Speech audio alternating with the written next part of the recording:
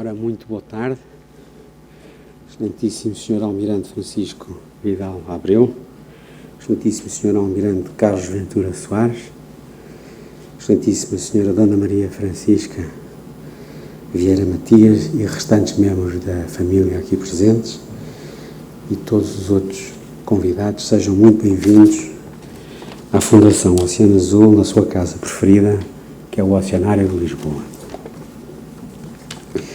Já pedi desculpas há momentos ao Sr. Almirante e à Sra. Dona Maria Francisca, mas infelizmente eu era suposto vir ao fim do dia, mas o facto de Tiago Piticunha não poder estar presente neste momento, tivemos que fazer a troca e eu vou ter que sair porque tive que me trocar a vida que eu tinha hoje programada do outro lado do Atlântico, nesta nova aventura humana que é a videoconferência.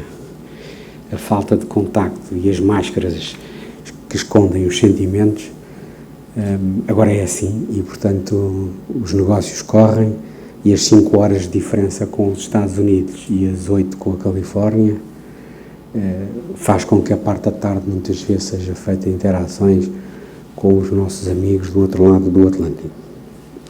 Não queria, de forma nenhuma, não estar presente. E não queria forma nenhuma, não estar presente por 2 razões. Primeiro, porque os assuntos da Marinha são os assuntos da pátria. Não há dúvidas nenhumas que quando nós falamos de Portugal, de sua posição na Península Ibérica e do seu papel geoestratégico no mundo, nomeadamente no Oceano Atlântico, é impossível evitar a palavra da Marinha Portuguesa e a Armada Portuguesa. E, portanto, quando se trata do nosso maior componente do território, as pessoas é que não assim o entendem, o que eu não percebo como, temos que estar obrigatoriamente a falar dos assuntos da Marinha Portuguesa. Agora, devo confessar que hoje a principal razão é por ser uma homenagem ao Almirante, ao falecido Almirante, Sr. Almirante Vieira Matias. E eu não podia, de forma nenhuma, não estar presente, mesmo que fosse outra coisa qualquer, mas se fosse em nome do Sr. Almirante, eu teria que estar aqui. E já direi algumas palavras sobre esse assunto. A minha família entende que Portugal possui, o mundo, aliás, tem muitas crises neste século XXI. É só escolhermos de um vasto menu de crises, ou de desafios, ou de questões sobre o futuro, e escolher aquela que mais gostamos, ou aquela que podemos fazer qualquer coisa. Mas a minha família sempre entendeu que em Portugal nós tínhamos, em particular, 3 grandes desafios.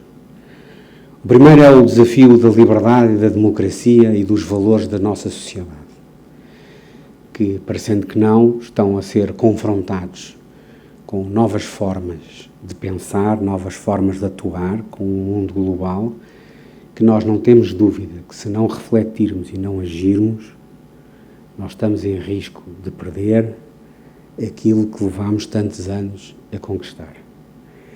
E honra seja feita à geração do meu pai, à geração do Sr. Almirante Vieira Matias, que tiveram a capacidade de tirar Portugal de uma situação verdadeiramente indescritível em 74 e fazer o chamado programa da quantidade. A quantidade de portugueses que saíram de más condições de vida, de difícil acesso à saúde, de difíceis serviços que não existiam antes de 74, nós podemos dizer que nos 30 anos a seguir a 74 nós conseguimos dar alguma qualidade de vida aos portugueses em geral. E essa honra é devida à geração do meu pai, à geração do Sr. Almirante Vieira Matias. Cabe à nossa geração dar qualidade. E para isso fizemos a Fundação Francisco Manuel dos Santos, que visa defender os valores de Portugal, os valores da liberdade, os valores da democracia e aquilo que é necessário fazer, debater e fazer para que seja prestada a devida honra à geração anterior e que a próxima geração possa continuar a sua vida com uma esperança de um bom futuro e não de um mau futuro. E nós não temos dúvidas nenhumas que a democracia, a liberdade e os valores da vida estão a ser postos em causa atualmente. Depois temos um segundo desafio, que era uma das grandes paixões nossas, que era o problema da educação. É a falta de educação que perpetua a pobreza. Nós não temos um problema de desigualdade. Desigualdade é uma palavra política e é uma palavra que visa dividir, porque é fácil de falar nos extremos, tratando só de um e não tratando daquele que mais necessita. Portugal tem um problema de pobreza, tem muitos pobres, há muitas gerações, e não seremos nunca uma sociedade civilizada se não tomarmos conta desse assunto.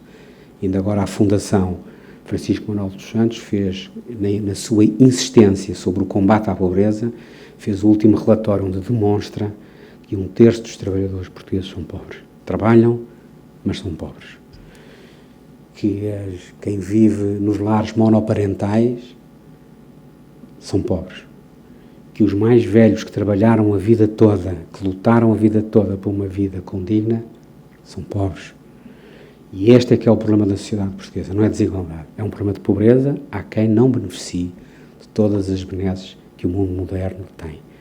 E nós sabemos que para dar cabo disto, temos que tratar da educação e, portanto, existe uma fundação com o nome da minha mãe e do meu pai que trata de garantir que os mais desafortunados, os que têm maior dificuldade de aprendizagem, tenham a possibilidade séria de acompanhar as turmas, não serem excluídos e continuarem a aprender a ler. Não sei se têm essa informação, mas 20% dos jovens europeus até aos 15 anos não sabem ler.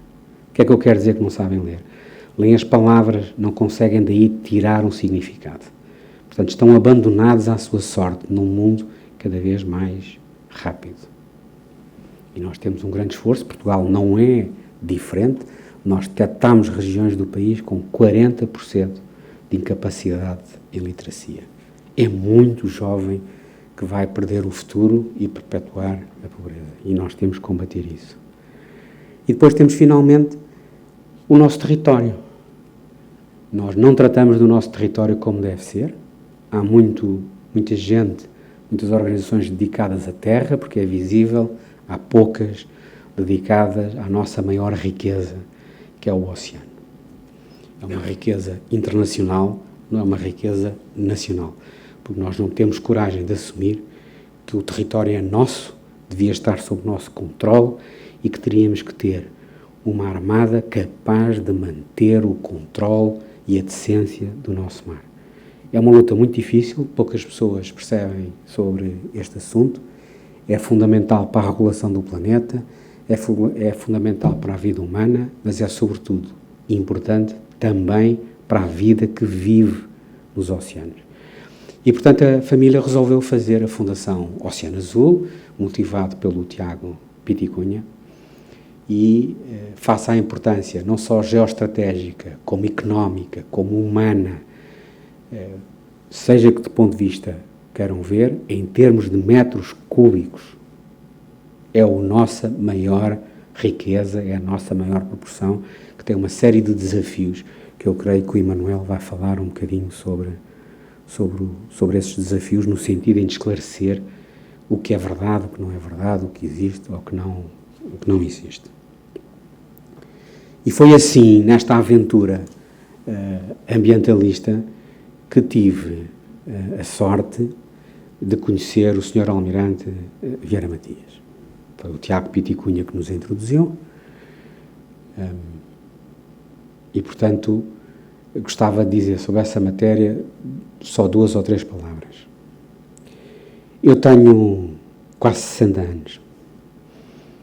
E é ao longo, e trabalho desde os meus 18.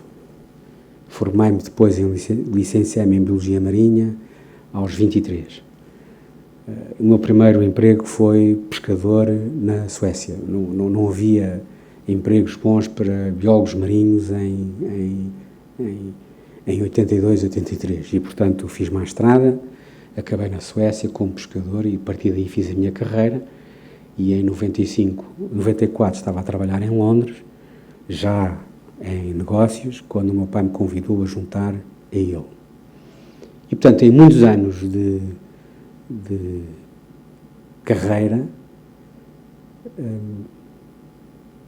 quando eu reflito sobre aquilo que vi e conheci, são muito poucas as pessoas que nos marcam. E o Sr. Almirante Vieira Matias, e é por isso que eu disse que tenho sorte, marcou-me. E eu, se me permite, ia dizer porque é que marcou. O Sr. Almirante Vieira Matias estava doente, o meu pai também. Sou eu que acompanhava o meu pai às primeiras consultas. Sou biólogo, o meu pai achava que a minha mente era capaz de descodificar o que os médicos diziam em termos científicos para uma linguagem que o permitisse. Portanto, eu consigo imaginar a dificuldade do Sr. Almirante.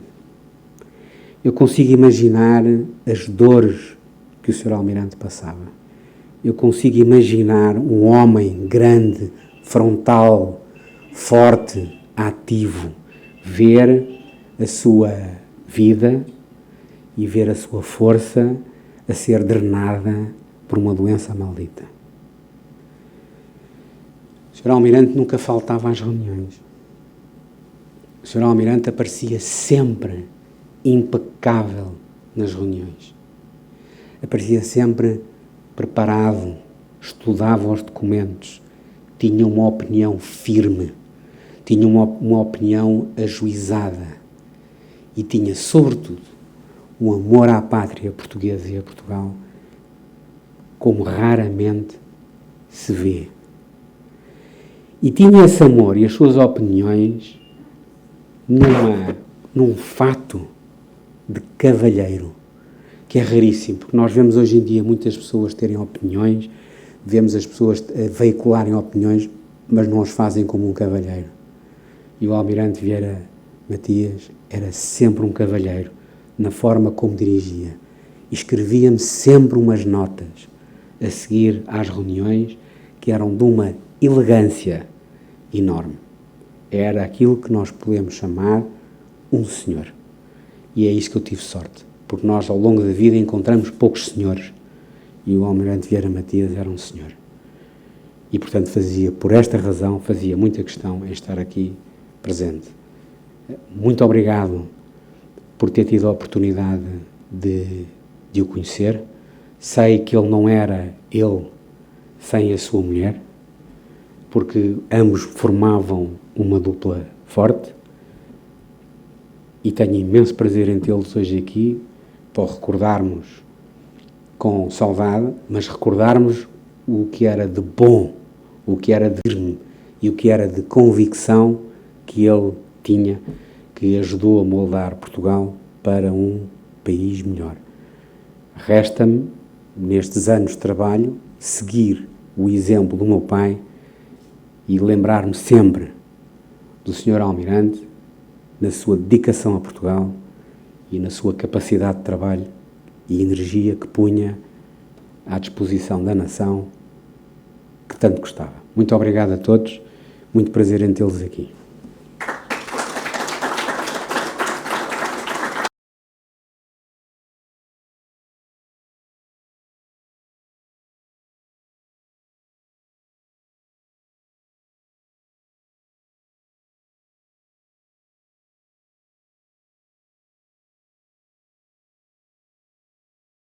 Muito obrigado, muito boa tarde a todos.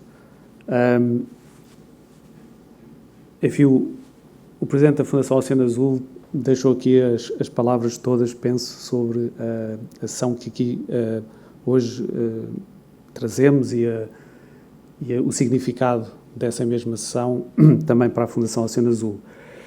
E então, para abordar esta questão de onde estamos e para onde vamos, pensámos em trazer aqui um pouco o ponto de situação do conhecimento e como é que esse conhecimento, que tanto tentamos trazer também para a sociedade, nos dá aqui algumas pistas sobre estes grandes desafios que enfrentamos.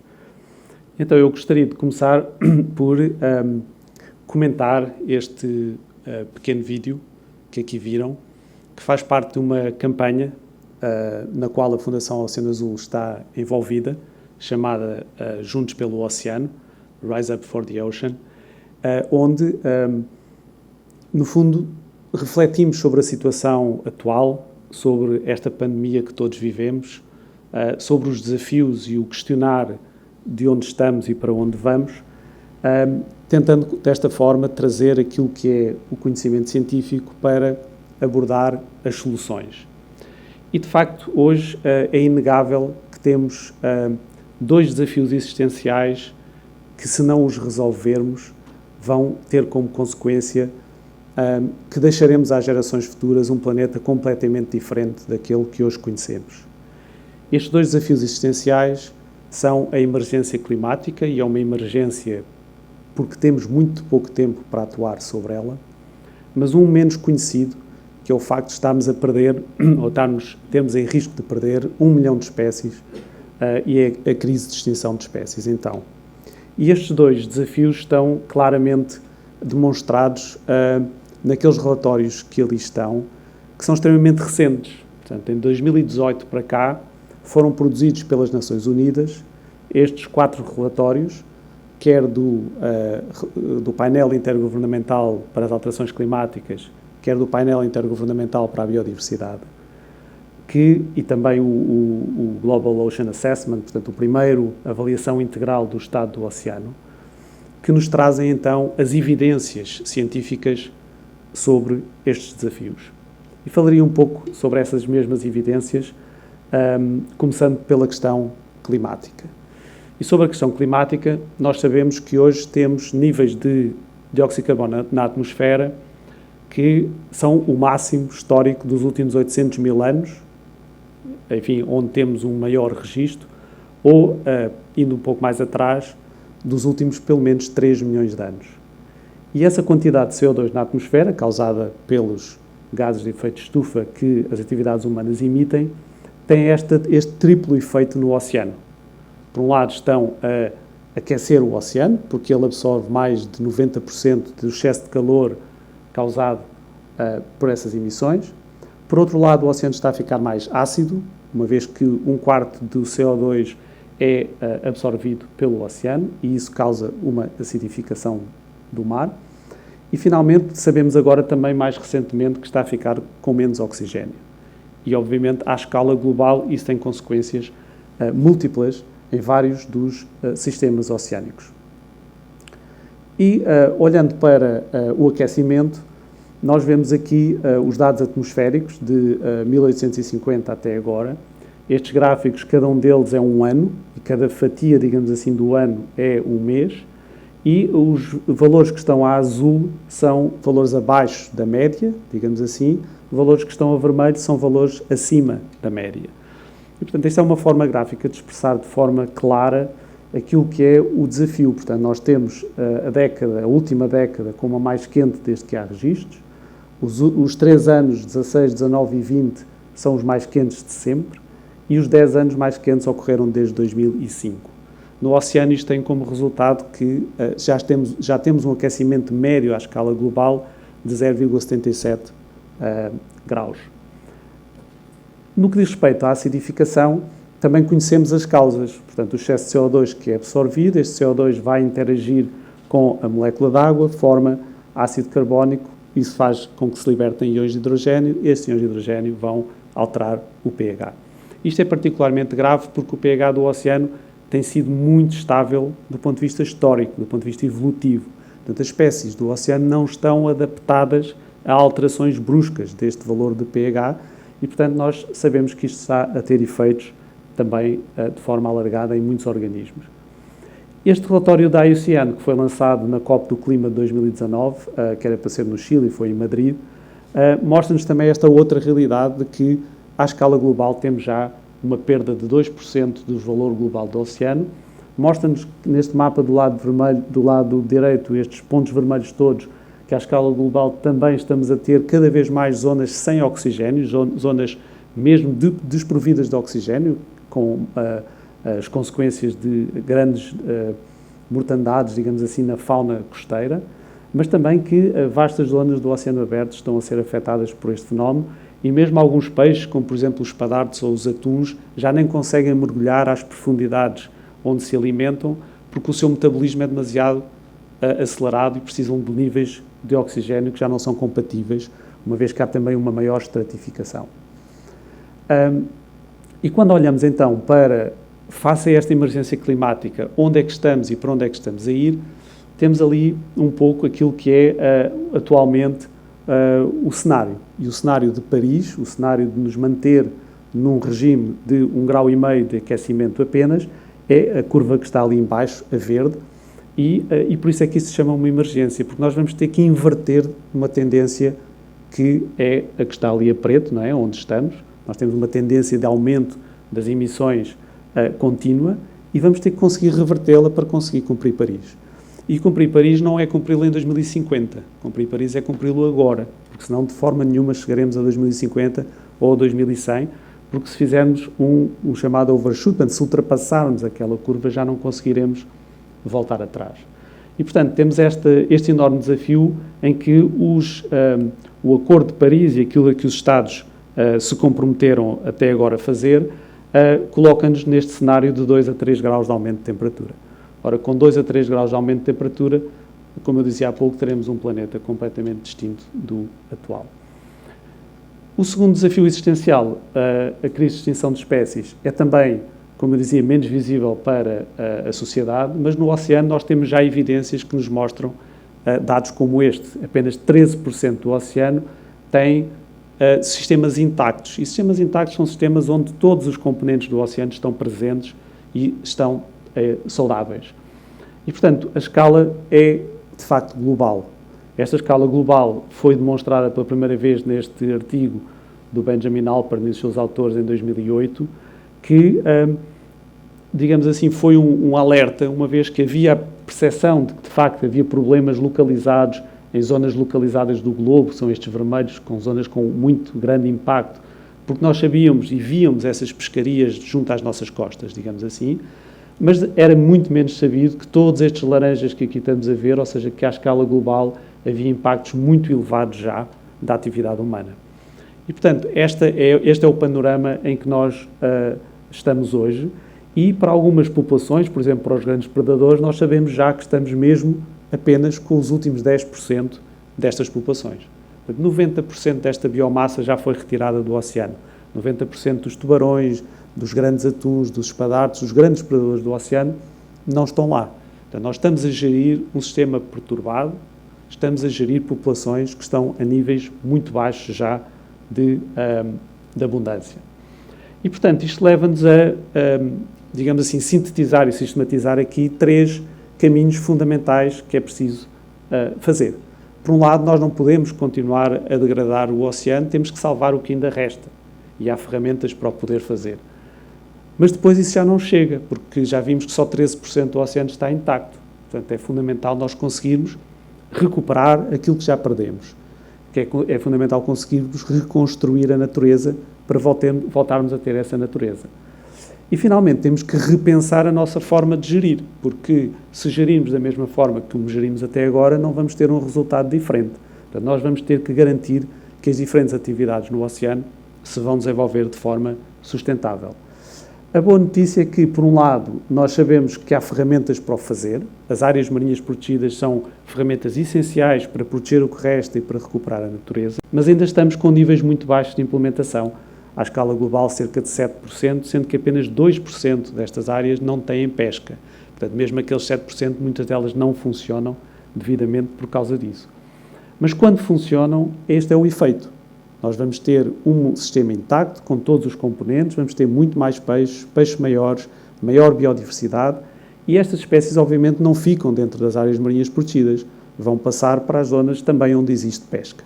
E, portanto, temos que implementar estas ferramentas a uma escala global para que esta reconstrução da natureza permita depois, então, uma utilização saudável por parte das pescarias.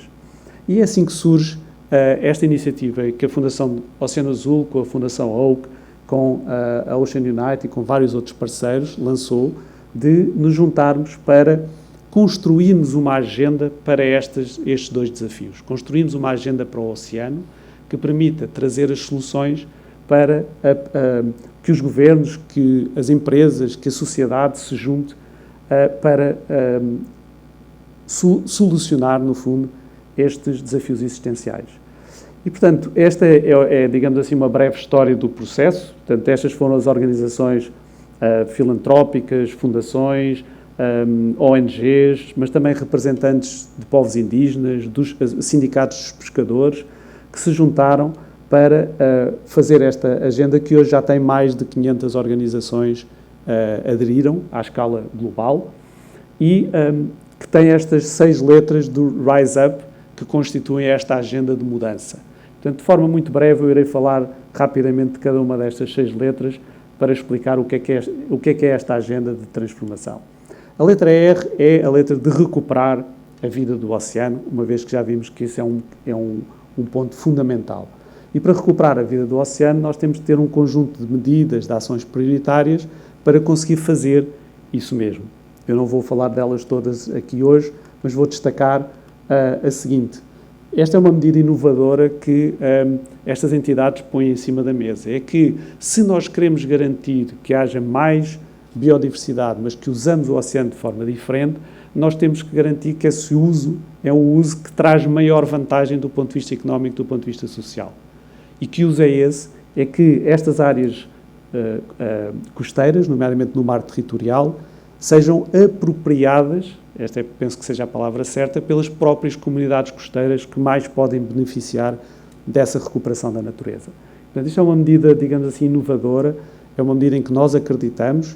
A Fundação Oceano Azul acabou de entregar ao Governo a primeira proposta de uma área marinha protegida de interesse comunitário no Algarve, que tem precisamente como objetivo começar a fazer este caminho em conjunto de garantir que há aqui uma forma diferente de gestão e de utilização destes recursos. Depois temos a letra I, que é uma letra relacionada com a neutralidade carbónica, com o clima, portanto, e onde também aparece um conjunto de medidas alargadas, onde talvez destacasse a seguinte, que é óbvia, é que nós não podemos continuar a fazer emissões, não podemos continuar a queimar combustíveis fósseis e, portanto, no oceano também é fundamental não abrir novas explorações e é fundamental ter um plano para que, de forma progressiva, se eliminem as explorações existentes. Nós temos que fazer esta transição climática de forma muito rápida, como vimos ali, e a única maneira de o fazer é deixar de queimar combustíveis fósseis e, portanto, esta é uma das medidas que esta comunidade se juntou para apoiar.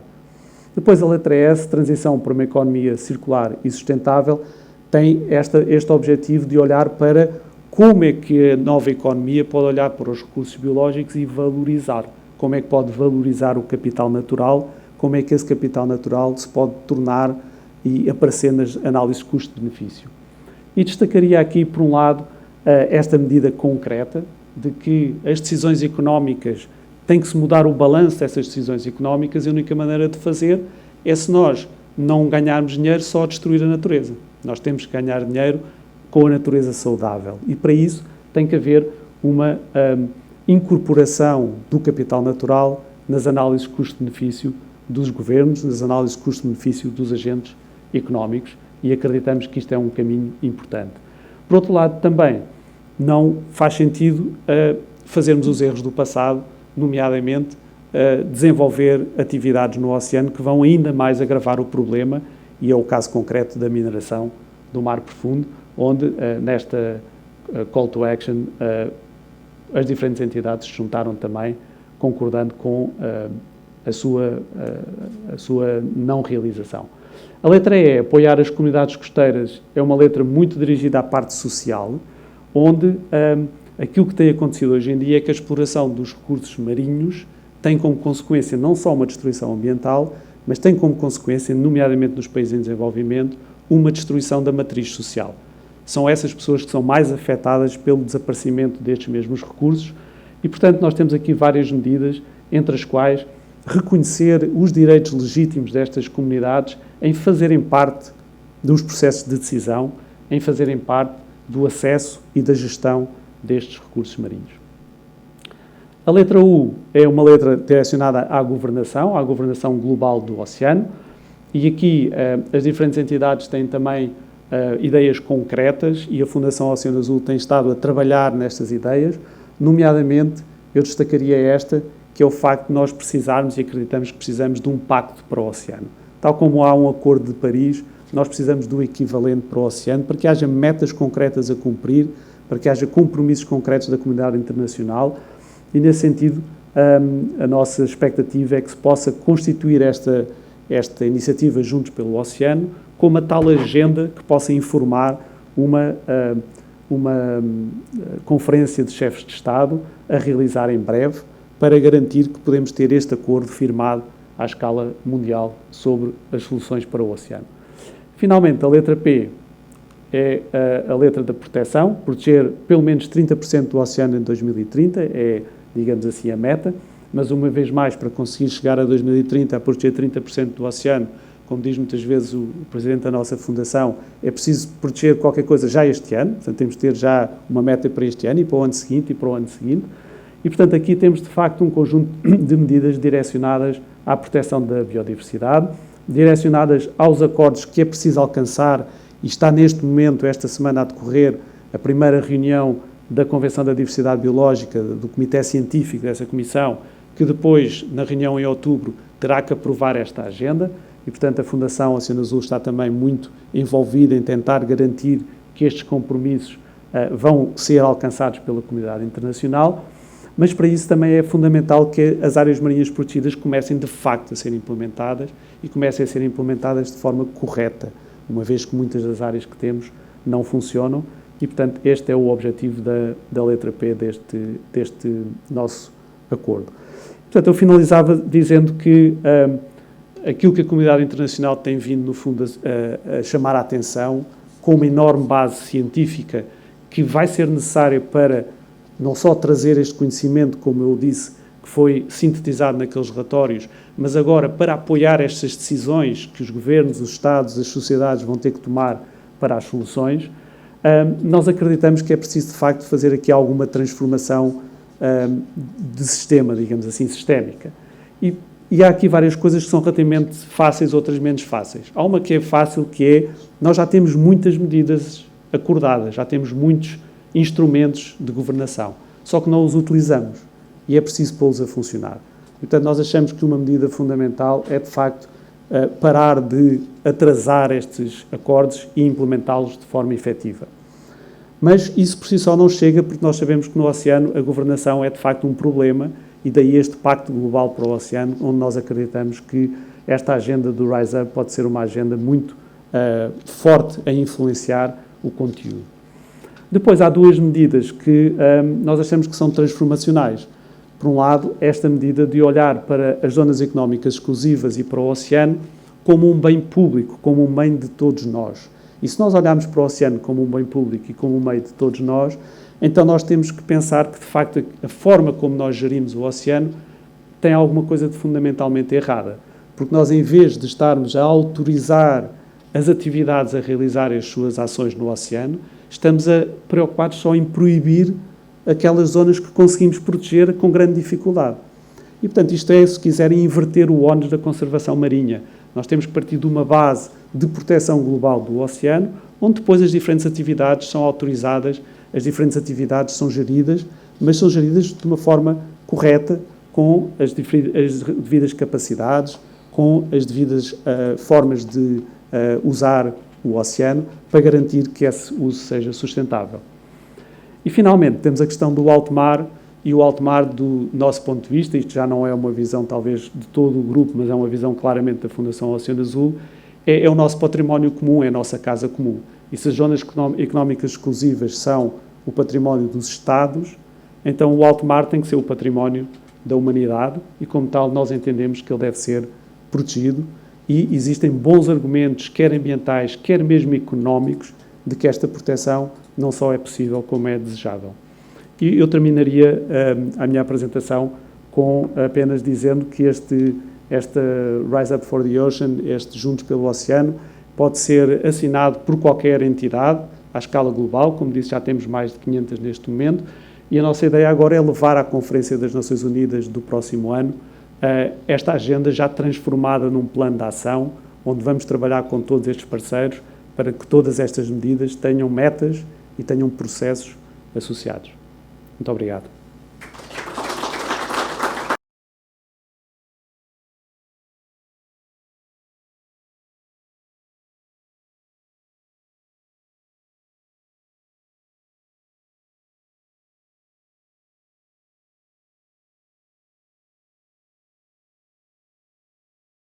Muito boa tarde a todos.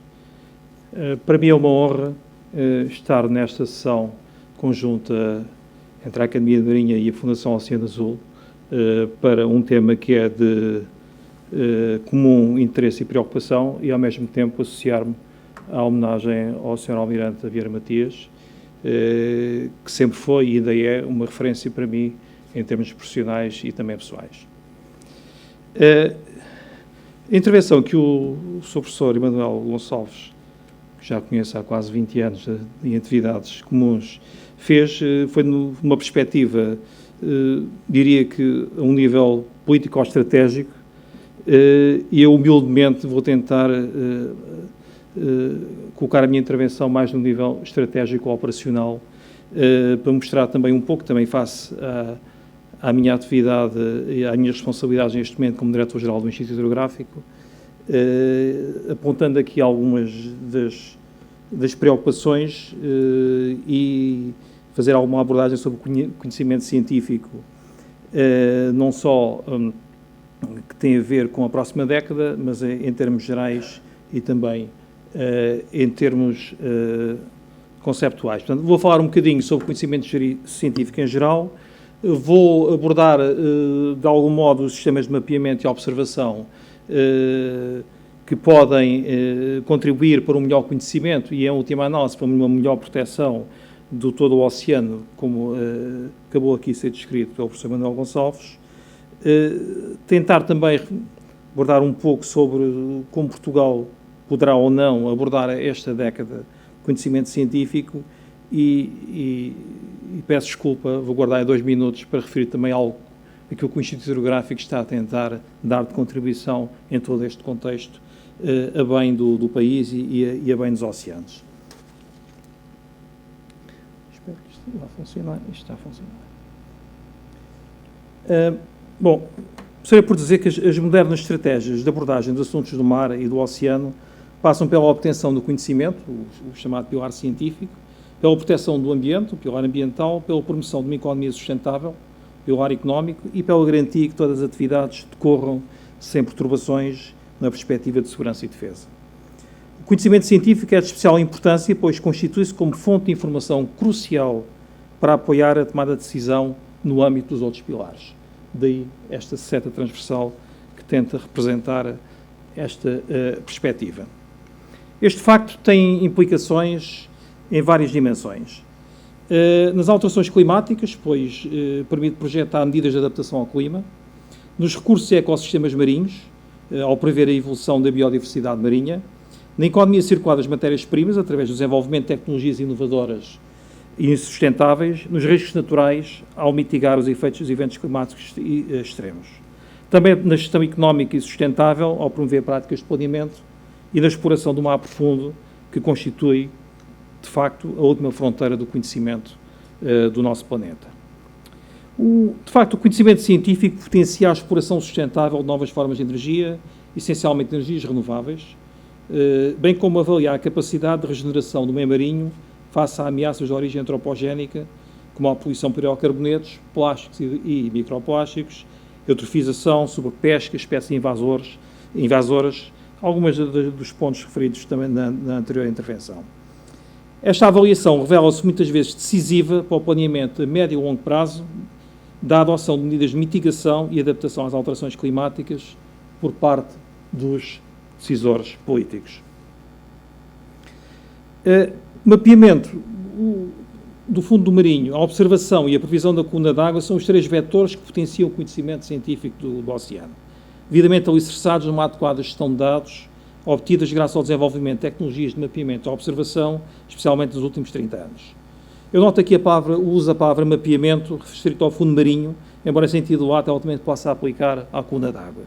Do mesmo modo, utilizo o termo observação para os processos na coluna d'água, embora em sentido lato ela possa incluir também o mapeamento do fundo do mar. Portanto, isto é uma questão mais conceptual, não estamos propriamente aqui entre especialistas, mas é para tentar, digamos, delimitar a terminologia que eu vou usar aqui. Mapeamento de fundo do mar, observação coluna d'água, isto é por uma abordagem simplista desta terminologia. O mapeamento e a observação do oceano são fundamentais para a previsão meteorológica e oceanográfica, para a climatologia, para gerir a pesca e a aquacultura ou para proteger as espécies marinhas.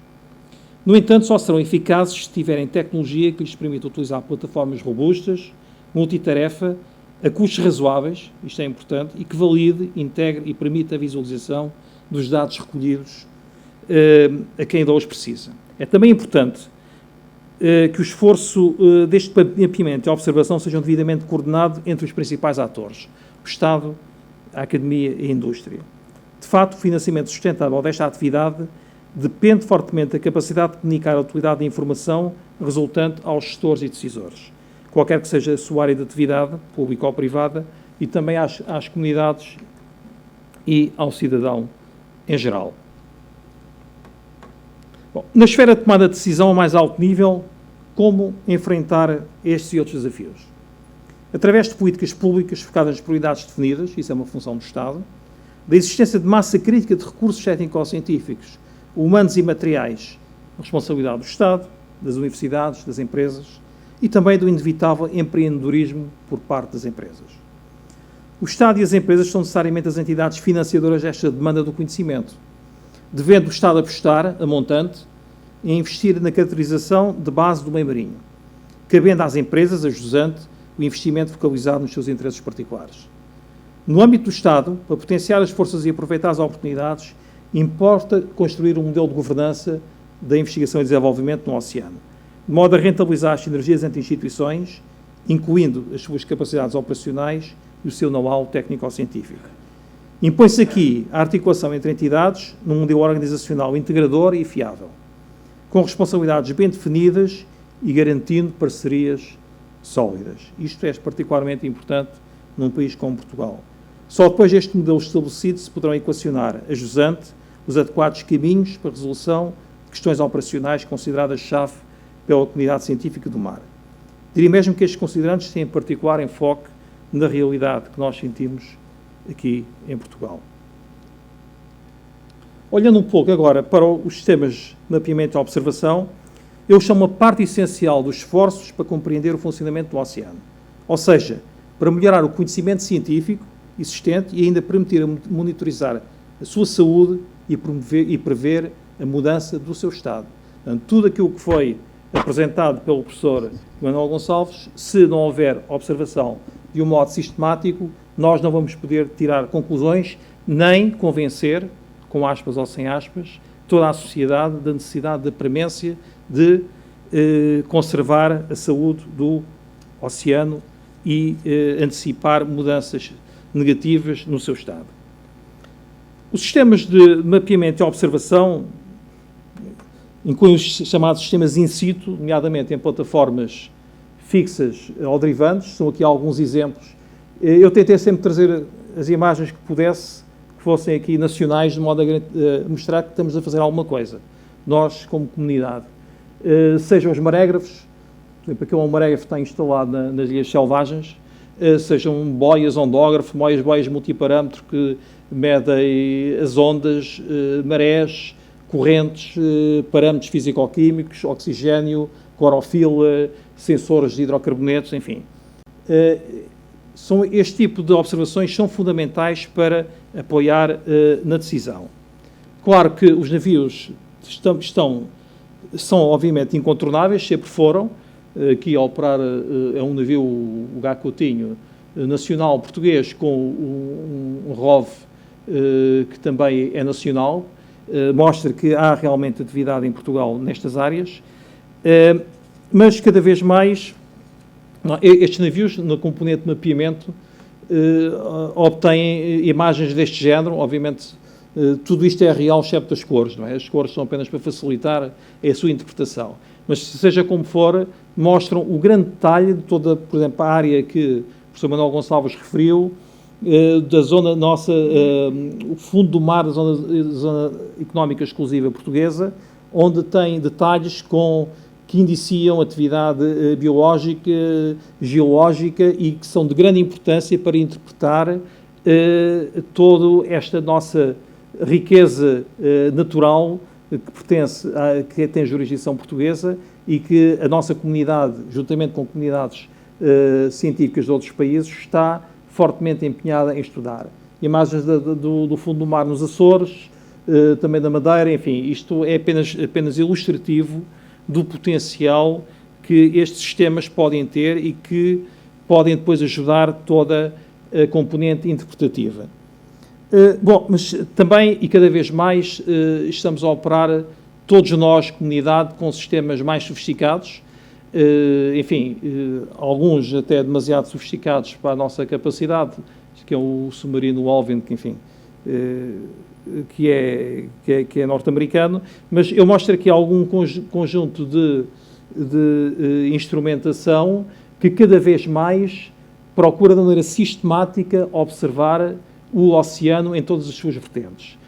Sejam veículos que estão à superfície e que são alimentados por sistemas solares e também usam a força do vento para serem empurrados e fazem milhares de milhas este tipo de sistemas pelos oceanos, sistemas submarinos, os chamados gliders, que basicamente se baseiam o seu movimento com base na variação das densidades da água e assim podem percorrer também largos milhares de milhas isoladamente e de uma maneira autónoma. Portanto, é todo este conjunto de sistemas que vai ajudar a uma melhor interpretação dos oceanos e melhorar o seu conhecimento científico.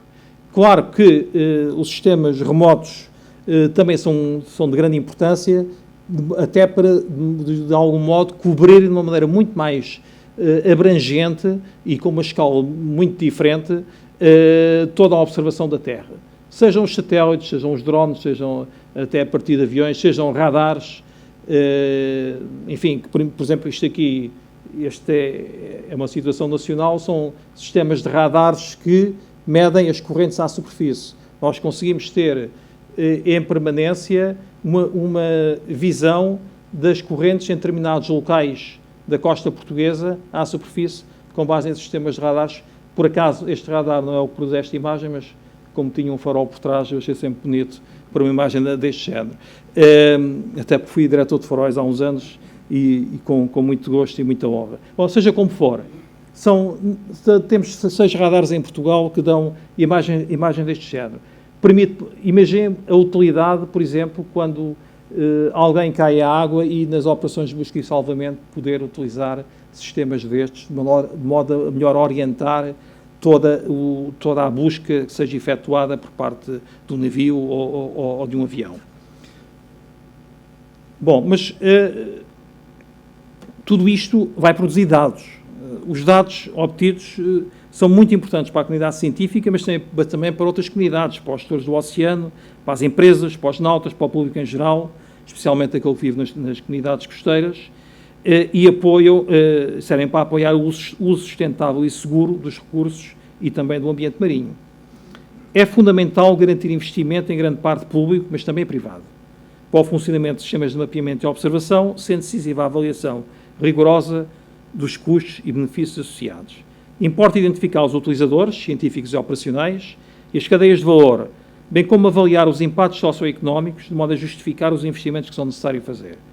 Esses investimentos podem ser potenciados pelas novas tecnologias viradas para o futuro. Se calhar já repararam aqui na minha intervenção até agora que eu várias vezes falo na sustentabilidade não ambiental, mas a económica e a financeira, porque estas coisas podemos conceptualmente abordá-las de uma maneira muito abrangente, só que depois temos que passar à fase seguinte. E a fase seguinte é colocar sistemas na água, é ter sistemas de observação, é tirar conclusões, e isso implica uma vontade de o fazer, e essa vontade está associada a ter a capacidade financeira para executar. E, obviamente, que isso depois depende, ao mais alto nível, dos governos, dos países, mas também das empresas e dos outros atores interessados em toda esta informação. Que áreas, eu referi há pouco que no futuro novas tecnologias poderiam ajudar toda esta abordagem. De facto, as áreas tecnológicas têm ocorrido nos últimos anos grandes desenvolvimentos e permitem resultados acrescidos em eficiência, produtividade e custos da estrutura na investigação científica e na análise dos ecossistemas. Eu cito aqui os exemplos dos Smart Sensors, dos Low Cost Sensors, perdoem-me os anglicanismos. Portanto, Smart Sensors são sensores inteligentes, são dotados de um transistor, um microprocessador, têm um sistema de comunicação, e essa informação ao contrário dos sensores tradicionais, processada internamente. Isso vai permitir diminuição do ruído e a obtenção de maior rigor. Portanto, mas são tecnologias que estão a nascer nos últimos 10, 20 anos e que estão cada vez mais a impor-se como fatores decisivos na observação do oceano. Os sensores de baixo custo são, na minha perspectiva, a chave para o futuro da observação dos oceanos, pois permitem aquilo que chamo a democratização da observação, cobrindo largas áreas do oceano, mesmo aquelas escassamente cobertas até ao momento a custos operacionais que serão baixos.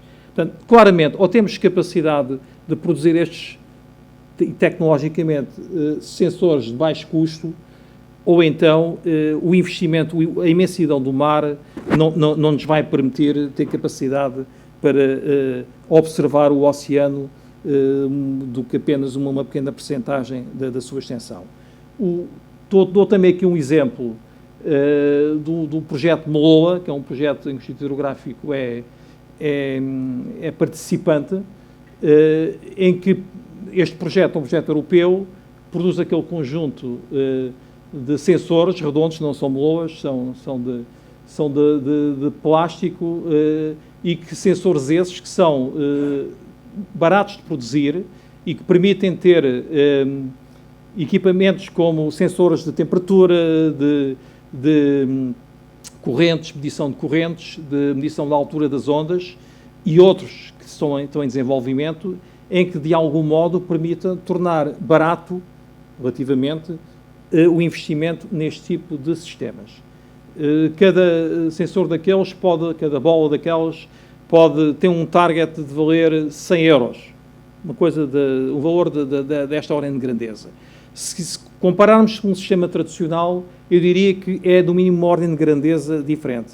Portanto, qualquer sensor destes de um sistema tradicional custa no mínimo uns 1000 euros ou muitas vezes mais. Podemos pôr aqui e questionar para as questões técnico-científicas do rigor ou do menor rigor, mas seja como for, este é um bom exemplo de como na Europa e também em Portugal estamos preocupados em democratizar a observação, ou seja, estender a observação ao mais amplo espaço do oceano possível, enfim, com o maior número de utilizadores a poderem utilizar estes sensores face ao seu preço.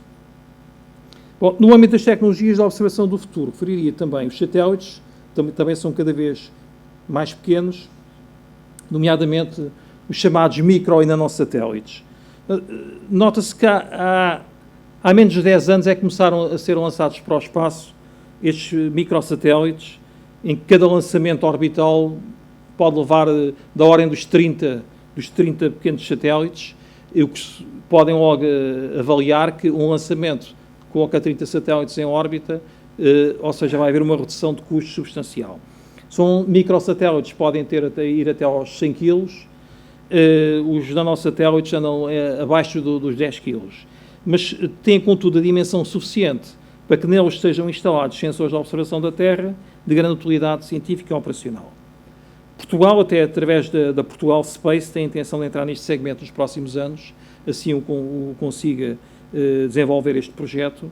Isso é uma das apostas mais recentes, não só na parte da produção dos microsatélites e dos nanosatélites, mas como também no seu lançamento. Há também depois outro conjunto de tecnologias do futuro, na área da comunicação, inteligência artificial, biotecnologia e nanotecnologia, enfim, que eu não assumo não deter o conhecimento, se cá o professor Manuel Gonçalves seria o especialista indicado para uma futura conferência dentro desta área das biotecnologias. Mas seja como for, também há um aspecto importante no mapeamento e observação, que é o tratamento dos dados, com estes novos conceitos do chamado Big Data Analytics. Enfim, é o estudo de grande quantidade de dados com o objetivo de retirar padrões de comportamento, descobrir correlações, conhecer tendências. Enfim, não vou entrar aqui em grandes detalhes. As blockchains, bases de dados distribuídas, há questões das conectividades em rede, interoperabilidades, sistemas de comunicações, enfim. Há, neste momento, tecnologicamente, um grande boom de desenvolvimento, não só na área marítima, mas que pode beneficiar largamente a observação dos oceanos. Os sistemas são integrados, cada vez mais eficientes, e é fundamental ter capacidade de ter plataformas digitais para gerir todos estes sistemas. Bom, tendo em conta esta apresentação que fiz até agora da necessidade de consolidar o conhecimento científico do oceano com base em melhor mapeamento, melhor observação, e termos visto aqui alguns exemplos, põe-se aqui a questão que é como é que nós aqui em Portugal estamos a olhar para todo este desafio. Como sabem, a década das Nações Unidas das Ciências do Oceano para o Desenvolvimento Sustentável começou este ano, 2021, vai-se prolongar por toda a década até 2030, mesmo neste contexto atual, pandémico, constitui um fator de alavancagem decisiva para o conhecimento científico, seja em Portugal, seja no panorama internacional. O Oceano Atlântico é a porta de entrada para um Portugal de futuro, sempre alicerçado no conhecimento científico. A década de 21-30, parece-me, poderá constituir e ser crucial como uma oportunidade para Portugal liderar esse futuro. Foi muito recentemente aprovada, foi exatamente, faz hoje uma semana, a Estratégia Nacional para o Mar 2021-2030. Sem prejuízo à análise estruturada que ela contém, eu vou-me atrever aqui a deixar algumas pistas pragmáticas de linhas de ação que poderiam ser consideradas na efetivação dessa estratégia no âmbito do conhecimento do oceano. Eu sei que vai ser publicado um plano de ação para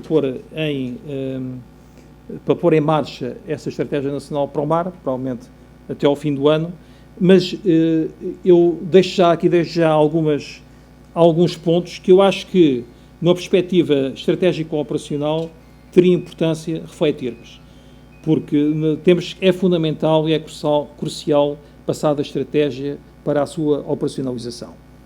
Um primeiro ponto que referiria aqui é a operacionalização e sustentação das estratégias de conhecimento subejamente teorizadas e discutidas pela comunidade científica, que alguns dos membros estão aqui presentes, seguindo as referências europeias e internacionais.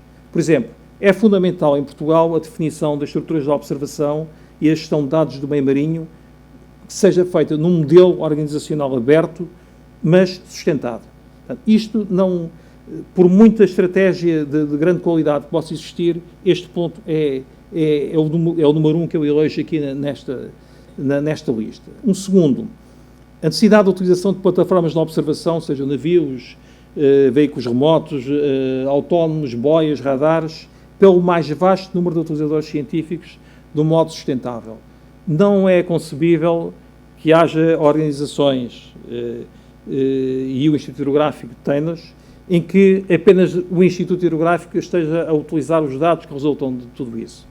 Embora haja um esforço para colocar tudo isto na internet, no acesso público, mas mesmo a definição do desenho dessas estruturas deveria ser de uma maneira mais cooperativa, de maneira a que servisse o maior número possível de utilizadores. Um terceiro ponto, a utilização racional de equipamentos científicos até ao número maior possível de utilizadores. Cá está.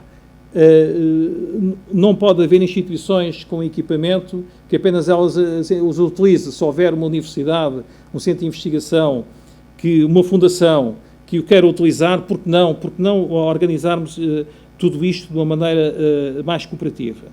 Um quarto ponto, formação, treino e utilização dos recursos humanos, especialmente na área das tecnologias. Isto é crucial. Não basta os nossos índices na área das publicações científicas começarem a aparecer em lugares interessantes, simpáticos, quando não temos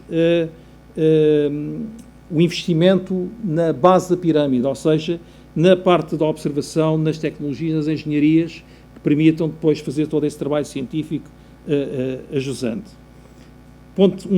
Quinto ponto, abordagem multidisciplinar dos problemas vai com certeza induzir substancial economia de recursos. Por exemplo, uma daquelas boias que mostrei há pouco deveria servir para servir as necessidades da Marinha, do Instituto Hidrográfico, para a previsão meteorológica, para a proteção civil, para as autoridades do ambiente, para a comunidade científica em geral, para uma eventual empresa que estivesse com uma instalação de produção de energia das ondas. Portanto, se uma boia dessas, quanto mais utilizadores possa ter, mais barata sai, mais útil, e num país de escassos recursos é fundamental ter essa abordagem. Um sexto ponto, gestão e disponibilização de dados científicos, técnico-científicos, de uma maneira integrada para servir a jusante, desde o público em geral ao público especializado, serviços públicos, comunidade científica, empresas. Deverá aqui também ser obrigatoriamente considerada a gestão de dados obtida por navios estrangeiros em águas sob jurisdição nacional. Saliento aqui que ainda não tivemos, como comunidade, capacidade de ter um sistema, um Centro Nacional de Dados do Oceano que sirva toda a comunidade. Isto é um dos pontos que eu sempre que posso tento salientar nas minhas intervenções. Temos que fazer um esforço conjunto, os que estamos aqui, os que não estão e que trabalhamos noutras áreas, é fundamental essa cooperação. Finalmente, promoção do desenvolvimento tecnológico, desenvolvimento da indústria em suporte, em complemento às atividades de mapeamento e observação. Temos que começar não apenas a observar, mas também, e nós temos uma geração, a melhor geração preparada, como se costuma dizer, de sempre em Portugal, com grande capacidade a começar a envolver essa geração na parte do desenvolvimento tecnológico, de maneira a que possam, de algum modo, criar aqui, diria que, uma capacidade nacional, eu já abordarei isso mais à frente, uma capacidade nacional no que diz respeito às engenharias do oceano e à capacidade de operar no mar. Bom, mas qualquer que seja quais sejam as opções estratégicas, se Portugal quiser vingar num cenário internacional, tem de priorizar a área-chave no campo do conhecimento científico, no desenvolvimento das tecnologias do oceano, em que eu deixo aqui três pontos para eventual reflexão. Uma, eventual especialização de recursos humanos nas ciências e tecnologias do oceano com capacidade de projeção no contexto internacional. Por exemplo, em consultoria especializada, tendo por objetivo, no horizonte de uma geração, eu refiro a 25 anos, ser uma referência internacional nesta área. Isso exige, obviamente, especial articulação entre os Ministérios do Mar e da Ciência. Por exemplo, há umas semanas, quando encalhou um navio no canal do Suez, obviamente toda a gente da área do mar se lembrou que vai ser uma empresa holandesa que vai lá desencalhá-lo. Portanto, isso aí é claro. Porque é que não devemos pensar daqui a uma geração, quando há um problema específico na área do mar, é com certeza uma empresa portuguesa que vai fazer esse trabalho. Portanto, são esse tipo de desafios que nós temos que lançar. E isso temos de estar todos envolvidos. Quem trabalha diretamente no dia-a-dia, a área do ensino é crucial. Eu não conheço nenhum curso de engenharia oceanográfica em Portugal. Enfim, se calhar não é necessário. Um terceiro ponto, ou um segundo ponto, a aposta nas tecnologias do oceano. Por exemplo, nas tecnologias de observação, não sei se serão os sensores, como uma oferta concorrencial no mercado internacional, sendo admissível, dado o atual estado da arte, que se aposta em parcerias com entidades públicas ou privadas ou universitárias de outros países. É uma área de futuro, como aliás a Agenda 2030 e o Objetivo de Desenvolvimento Sustentável 14 das Nações Unidas comprovam. Portanto, é uma área a investir as tecnologias do oceano. Um terceiro ponto, é fundamental escolher nichos de atividade onde se possa fazer melhor e fazer diferente. Recorrer, numa perspectiva de alavancagem, a uma base de conhecimento já existente num contexto internacional. São as biotecnologias, é o oceano profundo. Isso caberá, no fundo, caberá a todos nós e, em última análise, aos decisores políticos. Agora, claramente, não podemos ir a tudo. Não podemos ir a tudo, temos que escolher onde temos capacidade competitiva ou onde poderemos ter capacidade competitiva no futuro. Eu diria que, encadeando estas três áreas, a título de exemplo, uma visão para Portugal nesta área seria constituir uma referência internacional no oceano profundo, com sofisticada tecnologia de observação produzida nacionalmente, utilizando expertise de cientistas e engenheiros portugueses. Isto é uma ideia de visão.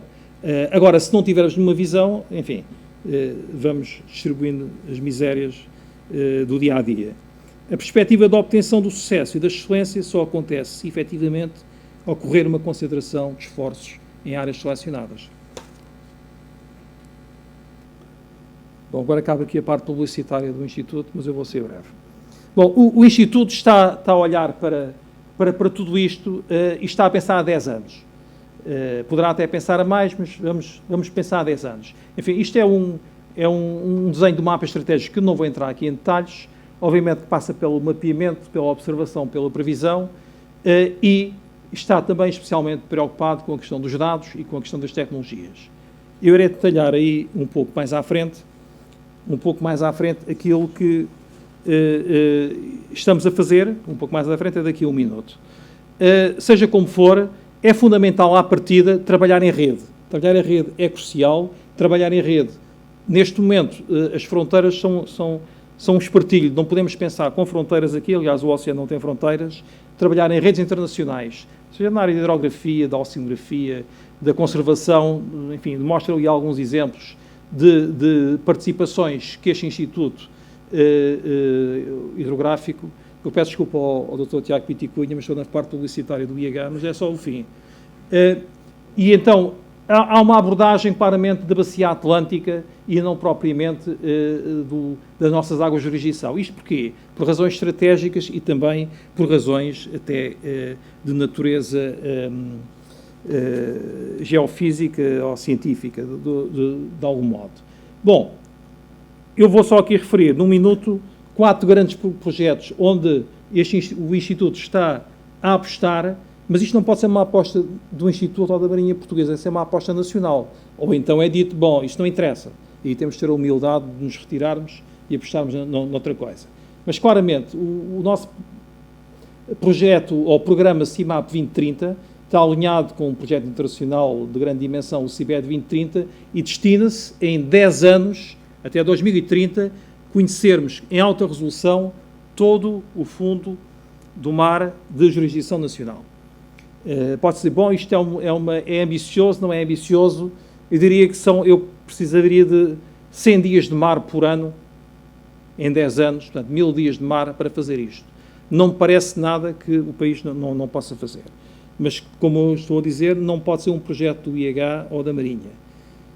No âmbito da motorização, alinhado com a Agenda 2030, com o Objetivo de Desenvolvimento Sustentável 14, motorização do oceano.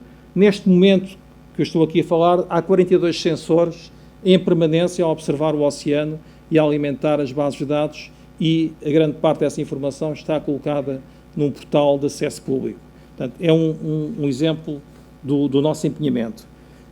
Na área dos dados, dentro do programa IDAMAR, a partir de julho, vamos ter uma base de dados feita já com o state of the art de nível de tecnologias nesta área, que vai disponibilizar a todo o país um sistema de informação global que vai servir toda a comunidade. Isto é um investimento próprio, parcialmente financiado, mas é para servir toda a comunidade. E a nossa satisfação em tudo isto é, passado um mês, termos uma grande quantidade de utilizadores a poder beneficiar de tudo isso. Nós normalmente fazemos o tracking disto, curiosamente, dos maiores acessos em quantidade ao nosso site que tem dados são de origem chinesa. Portanto, os chineses estão a observar, estão a recolher de uma maneira sistemática toda a informação que o Instituto Hidrográfico recolhe e colocar nas suas bases de dados. Eu não tenho problema que os chineses estejam a recolher. Eu tenho problema é se os portugueses não estão a recolher, os chineses estão a recolher. Portanto, é esse tipo de questão. Isto tem a ver depois com a questão da política de dados, seja como for. Bom, mas remeto aqui o último ponto, uma aposta nossa no desenvolvimento, na criação de um Centro de Desenvolvimento de Tecnologias de Observação do Oceano, numa estrutura do Instituto Hidrográfico no Seixal, e que pretende ser um cluster para as startups, pequenas empresas que trabalham na área da tecnologia do oceano, se possam agregar ao Instituto, onde possam ter condições para fazer experimentação, para fazer prototipagem, para trabalhar em termos de requisitos, e isto é aquilo que a Marinha, através do IH, está a oferecer, e estamos neste momento numa fase inicial de desenvolvimento, com algumas empresas já interessadas, mas temos que ainda definir qual o modelo adequado de sustentabilidade de tudo isto. O IH SensorTech espera que ouçam falar nisto nos próximos anos. Bom, terminaria aqui com algumas considerações finais. É indubitável a vontade que as elites da sociedade portuguesa têm, nos dias de hoje, em fazer uma aposta firme no mar e nos oceanos. Falta, no entanto, o sentido do imperativo, que se tornará mais vincado quanto maior for a dificuldade do país em manter o atual modelo de desenvolvimento económico. Resta saber qual será a motivação, provavelmente económica, para que tal venha a acontecer. Serão os recursos energéticos, somente os renováveis, biotecnologia, proteção ambiental? Qualquer que seja o timing da opção, será sempre necessário garantir uma efetiva ocupação do espaço marítimo sob jurisdição nacional. Ocupação essa que resultará de um mix onde se articula a capacidade de governança, visão de sustentabilidade com respeito pelo ambiente marinho, conhecimento científico e capacidade tecnológica, dinâmica empresarial, numa economia azul, e capacidade de controle e vigilância no âmbito da segurança e da defesa. Eu termino deixando aqui duas citações de dois oceanógrafos, um nacional e o outro francês, que mostram de algum modo as suas concepções relativamente à ciência, ao conhecimento, à soberania e àquilo que nos traz hoje aqui, que é o oceano. Muito obrigado.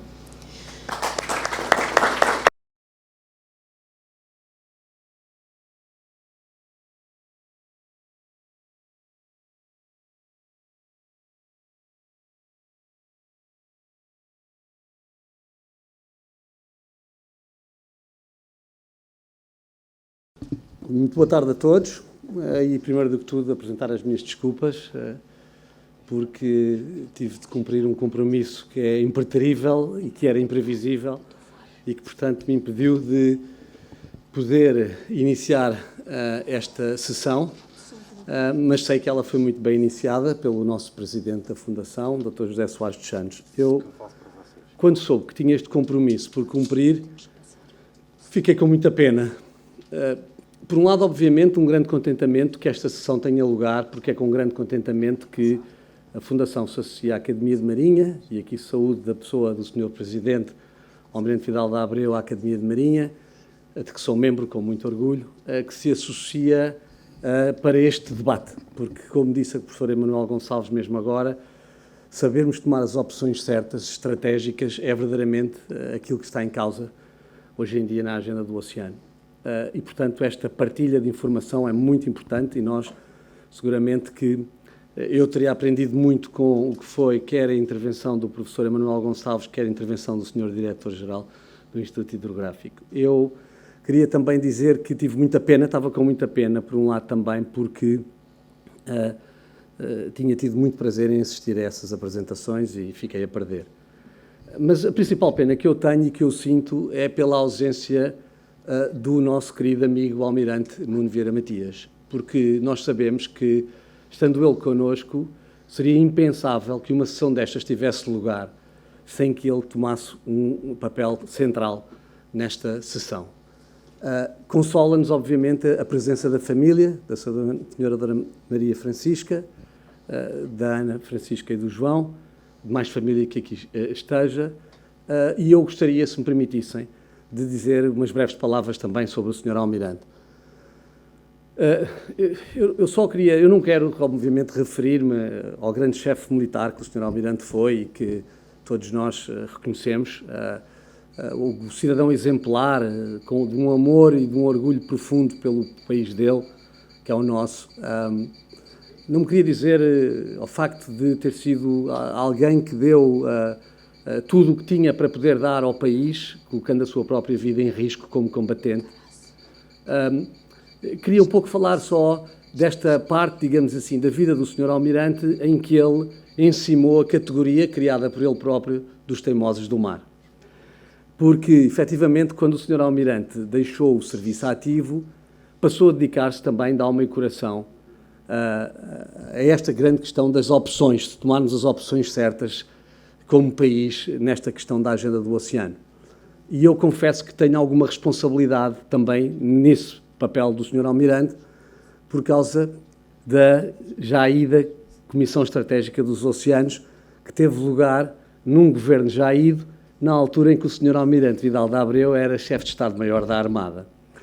E o Sr. Almirante foi inexcedível na contribuição, não só que concedeu a essa comissão, mas também, e tenho de o dizer em meu nome pessoal, é algo que eu levarei comigo, pela amizade e pela solidariedade que me prestou numa altura conturbada com que aquela Comissão Estratégica dos Oceanos terminou os seus trabalhos, tendo o Sr. Almirante prestado um grande apoio.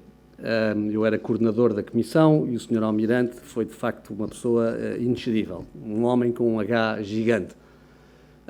Mais tarde, o Sr. Almirante teve ainda a generosidade de me voltar a apoiar na construção desta instituição ainda infante, que é a Fundação Oceano Azul.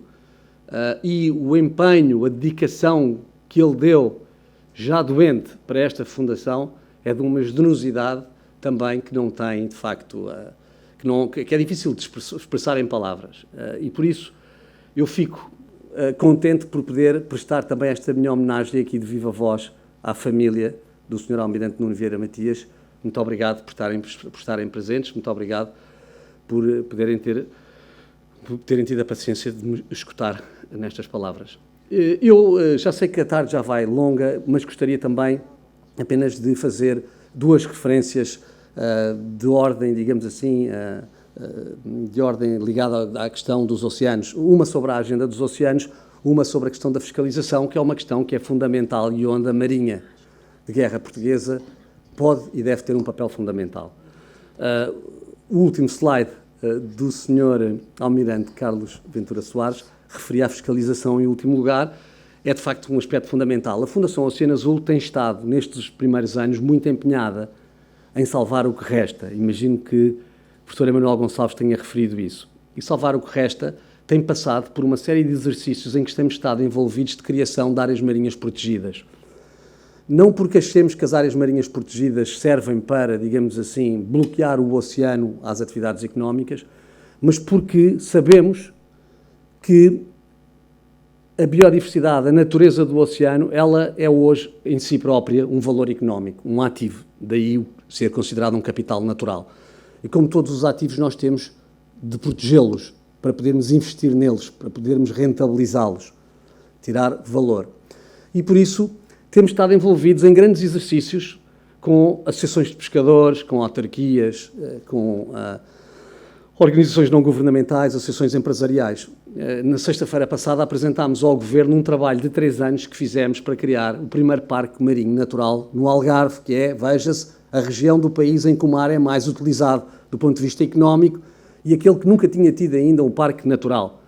A situação do Algarve é mais trágica do que todas as outras partes do continente português, uma vez que os recursos vivos marinhos do Algarve desapareceram em 68% desde há 20 anos atrás. Ou seja, um país europeu que permite uma hecatombe desta dimensão, que é o desaparecimento dos recursos piscícolas de uma região em 68% desde há 20 anos, é um país seguramente que não está a tomar as opções estratégicas necessárias e que não as está a implementar. E a fiscalização é fundamental nesta matéria. E tudo aquilo que nos dizem as associações de pescadores e os pescadores é: nós aceitaremos áreas marinhas protegidas se as regras forem iguais para todos e se houvesse fiscalização, mas ela não existe na prática. E como tal, nós sentimos que andamos aqui todos a rapar o fundo do tacho. E é por isso que me parece também que é fundamental, e gostei de ver esta referência à fiscalização, no pensamento estratégico do Sr. Almirante Carlos Ventura Soares, porque é realmente muito importante que o próprio oceano, não tendo, obviamente, qualquer tipo de competência ou responsabilidade na área da fiscalização, uma vez que faz parte desta instituição extraordinariamente importante para o nosso país, que é a Marinha, que tudo isto seja equacionado e que a Marinha consiga compreender também aqui a importância que essa fiscalização pode vir a ter para o país. Todos sabemos que as decisões são tomadas a nível político, mas, de facto, o pensamento estratégico, esse tem de ser desenvolvido por quem sabe, por quem o pode desenvolver. Uma outra nota e uma nota final sobre a importância da Agenda Internacional dos Oceanos. Nós estamos aqui, o país, a partir da Expo 98 e do Dialbar deste século, muito também com a Comissão Estratégica dos Oceanos e com tudo o que se lhe seguiu, passou a pensar novamente nos oceanos como um fator de importância estratégica e coletiva, nacional. E temos vindo a falar muito sobre os oceanos, e vejo aqui muitas caras de muitas pessoas que têm contribuído muitíssimo para esse propósito. E isso é muito positivo. E se calhar estamos um bocadinho cansados, e o Sr. Almirante Nuno Vieira Matias certamente que o estava, de que os teimosos do mar não conseguissem, digamos, ver os seus desejos, as suas vontades passadas à prática. Mas a verdade é que tudo mudou no mundo, porque os últimos anos foram anos de franca assunção pela comunidade internacional e pelos decisores políticos internacionais dos problemas do planeta, a começar, obviamente, na crise climática, mas também, hoje em dia, da crise dos oceanos. Além de que a crise climática se está a tornar de tal maneira a obsessão do século XXI, a julgar pelo Pacto Ecológico Nacional ou pelas intervenções do novo Presidente dos Estados Unidos, que ela será, de facto, a grande questão definidora, quer do que é a União Europeia, quer do que vai ser, digamos assim, a corrida às novas economias e à competitividade das nações de hoje para 2050. E as alterações climáticas não são mais do que duas coisas: combustíveis fósseis e oceanos. E, por isso mesmo, os oceanos, que já começam a subir na escala de importância da agenda internacional, não tenham dúvidas nenhumas, vão ser uma questão central do desenvolvimento das nossas sociedades humanas nos próximos anos, a partir dos próximos anos. Ou seja, portanto, nós, teimosos do mar, que aqui estamos, devemos compreender que a hora está a chegar para isso e posicionar-nos, e o Portugal tem de ter aqui uma compreensão e um papel muito importante. A Fundação Oceano Azul tem toda uma área de trabalho ligada à Agenda Internacional dos Oceanos e trabalhamos muito com as Nações Unidas, com a União Europeia e com outras organizações, como a Convenção Quadro das Alterações Climáticas. E nós sentimos que Portugal tem aqui uma oportunidade extraordinária. Os próximos anos vão ser anos tórridos na importância dos oceanos na agenda internacional. E Portugal tem aqui uma oportunidade muito grande de poder marcar, nomeadamente com a organização da segunda Conferência das Nações Unidas, que terá lugar para o ano que vem em Portugal, uma liderança que fique para a década.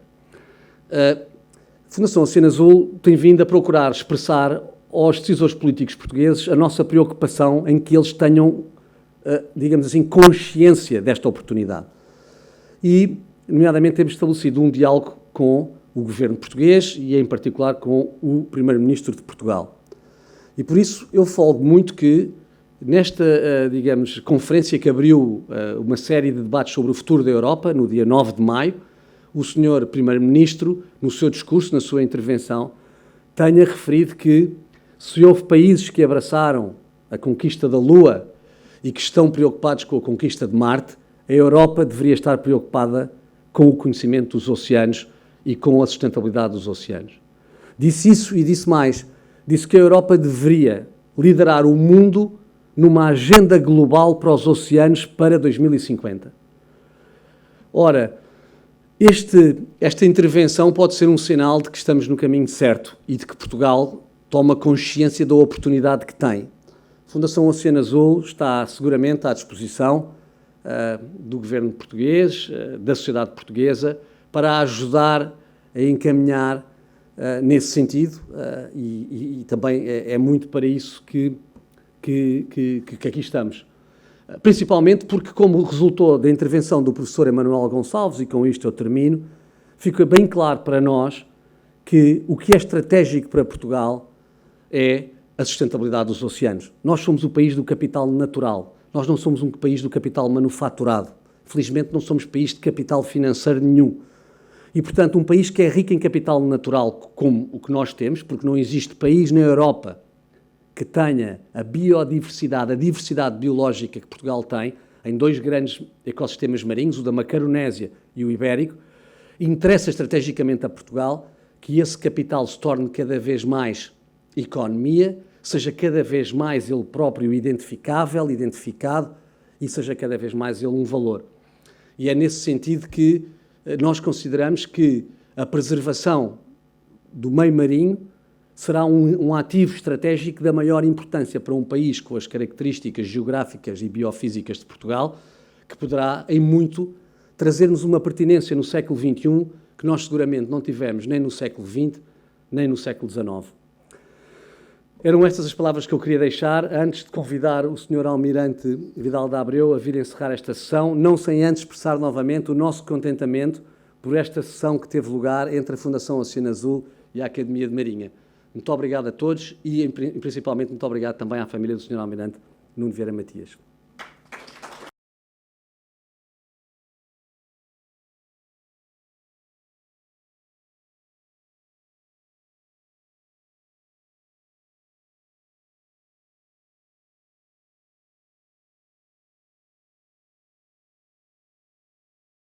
Senhor Diretor da Comissão Executiva da Fundação Oceano Azul, senhores académicos da Academia de Marinha, senhores convidados, a todos os presentes dirijo as minhas saudações. Tendo a Academia de Marinha desenvolvido ao longo dos anos uma teia de protocolos e sessões conjuntas com as outras academias nacionais e instituições culturais congêneres, era sem dúvida uma falha não manter um relacionamento mais próximo com uma fundação que tem por objetivo último ser um parceiro de referência na sustentabilidade do oceano. A oportunidade surgiu a partir da boa vontade e altruísmo do Dr. José Soares dos Santos, Presidente do Conselho de Curadores e do Conselho de Administração da Fundação, e também do Dr. Tiago Piticunha, vogal do Conselho de Administração e diretor da sua Comissão Executiva, que aceitaram apoiar a edição anual das Memórias da Academia, considerando que constitui um relevante património de trabalhos sobre o mar, cuja publicação, nunca interrompida desde 1969, merece ser continuada e garantida. Manifestaram os referidos responsáveis pela Fundação que esta primeira sessão conjunta constituísse uma homenagem ao Almirante Nuno Vieira Matias, que nos deixou há exatamente 11 meses e que integrou o seu Conselho de Curadores desde o início e até à sua morte. Sendo este Conselho responsável pelo plano estratégico da Fundação e constituído por especialistas do oceano que se distinguiram pelo seu trabalho na conservação do mesmo, bem como por académicos de renome internacional, o convite para integrar este Conselho é bem revelador da consideração e estima que sobre o Almirante recaía. O Almirante Nuno Vieira Matias era um dos teimosos pela causa do mar, como ele próprio se classificava, tendo bem consciência de que eram poucos, mas que acreditavam e não desistiam de lutar. E assim foi quando integrou a Comissão Estratégica dos Oceanos, criada nos termos da resolução do Conselho de Ministros no 81 de 2003, nos estudos para o hipercluster da Economia do Mar, elaborado pela SAER e coordenado pelo professor Hernani Lopes em 2009, tão bem quanto coordenou com outros notáveis a edição pela Academia das Ciências de Lisboa das Políticas Públicas do Mar, para um novo Conceito Estratégico Nacional em 2010. E a sua luta pela causa do mar foi constante durante os 7 anos em que presidiu a Academia de Marinha, de 2009 a 2015. Foi de novo como curador desta fundação que se manteve fiel a esta causa, ajudando continuadamente a luta pela causa dos oceanos, consciente de que são uma componente essencial da biosfera. A importância que atribuía aos oceanos levava-o naturalmente a defender a sua preservação. Entendia que era necessário alterar o comportamento humano, e que para tal era necessário conquistar os meios da comunicação social para a causa. Considerava que a luta contra a poluição dos oceanos, por descargas de poluentes de origem fóssil, combustíveis ou plásticos, representava uma dimensão e um impacto social comparável a uma guerra mundial. Dos 3 eixos de ação que norteiam o trabalho da Fundação, a literacia, a conservação e a capacitação, sempre elegeu a conservação como aquele que iria requerer mais energia e empenho. Daí considerar primordial que se incentivasse ou promovesse a observação e a vigilância do oceano, bem como que a Fundação estendesse os seus projetos a outros países de língua oficial portuguesa, cobrindo assim uma maior área dos oceanos. O Almirante acreditava, não fosse ele um crente, que seria possível e fundamental melhorar a ligação de Portugal com o mar. E aqui entra a literacia, da população em geral e dos políticos em particular. Durante os 5 anos em que exerceu o cargo de chefe de Estado-Maior da Armada, tudo fez para mostrar que a Marinha tinha uma visão holística sobre a importância do mar e dos oceanos, na defesa, na segurança, na ciência, na cultura, nas missões de serviço público, mas que podia fazer muito mais, pois tinha a experiência histórica e o saber estar no mar. Considerando a Academia de Marinha a justeza desta homenagem e tendo de imediato aceitado a ideia associando-se a ela, entendi que a melhor forma de o fazer seria fazer-se representar na área da ciência e investigação, tendo o seu membro contra-almirante Carlos Ventura Soares, diretor-geral do Instituto Hidrográfico, não só aceito o repto, como fazendo questão de ser o próprio a assumir a representação com o trabalho que acabaram de escutar, intitulado Perspectivas sobre o Desenvolvimento do Conhecimento Científico do Oceano para a década de 21-30. Aqui fica o meu agradecimento público. E chegados ao fim, não posso terminar sem uma palavra de agradecimento e incentivo ao Dr. Tiago Piticunha, paladino defensor de uma ética azul para os oceanos, da criação de novas áreas protegidas, com respeito permanente pelo ecossistema marinho, por contraponto de uma visão antropocêntrica, egoísta e utilitarista do mar. Completados 4 anos da fundação que dirige, resta-me desejar-lhe boa sorte. Bem-aja pelo seu trabalho. Muito obrigado.